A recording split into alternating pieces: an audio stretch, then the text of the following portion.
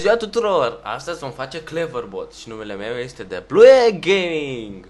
Să începem să întrebăm pe Cleverbot ce face. Scuzați Facebook-ul, dar lumea. Iau, stracă meta. Sărăcuț!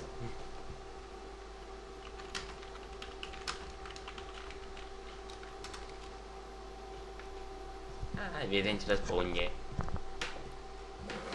Să știți, dacă ceva, intrați voi pe Cleverbot, râdeți împreună cu alți prieteni sau puneți tot așa pe YouTube. Este ușor. Trebuie doar un program, dar nu mai răspunde. Nesimțit. Este rușine, mă, ce știți voi? Nu știți voi. Cleverbot este foarte rușine. Vedeți? Nu mai răspunde. Dă-mă refresh la pagină. Poate. Merge. Ai de capul meu.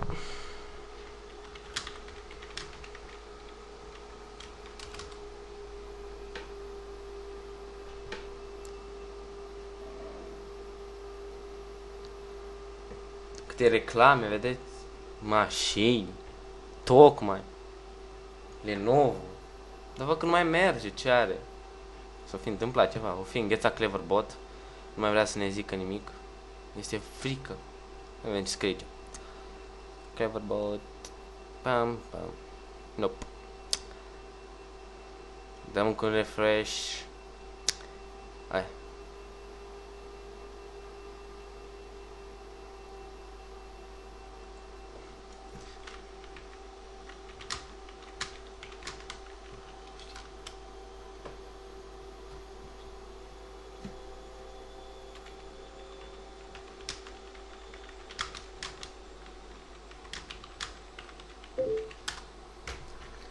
Îmi pare rău că auziți atâtea sunete în background, calculatorul, mașina spălat, atâtea. Ia uite, se întreabă de ce, este dor de mine.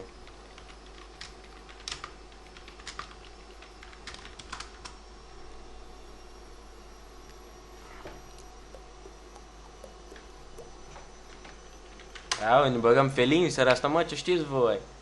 I-am zis bună ziua, dar haideți. Bună ziua, bună seara, nu știu în ce timp vizionați voi acest videoclip, dar totuși. Ia uzi, eu știu deja că el este din București, că a mai făcut intro-uri. Nu mă interesează.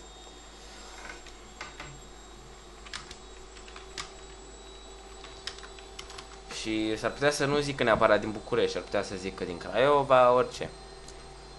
Ia uzi, tot din Iași. Bun așa.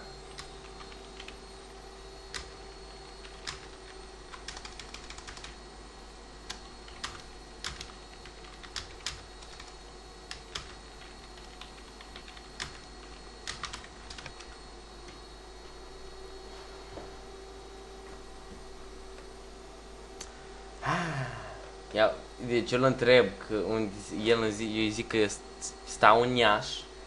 El stă tot în Iași și în Brașov. Totuși, asta îl învățați voi. Dacă o să intrați odată pe tablete sau ceva, o să vedeți. Așa aici zice că îl învățați voi.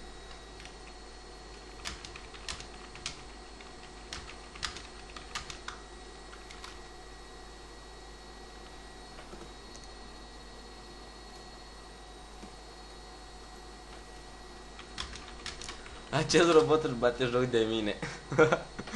Nu am înțeles de mine.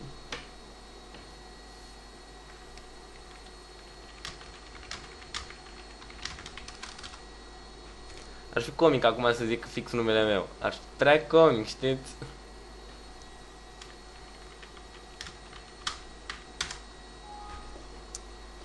Se trece schimbări, basic, na, du-te în neam.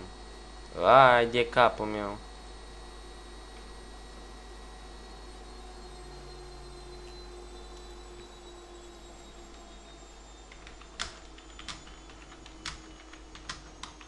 De capul meu.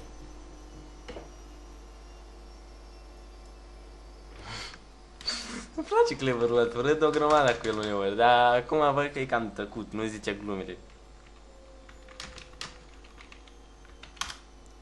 Vedem dacă zice o glumă. Eu sunt o glumă.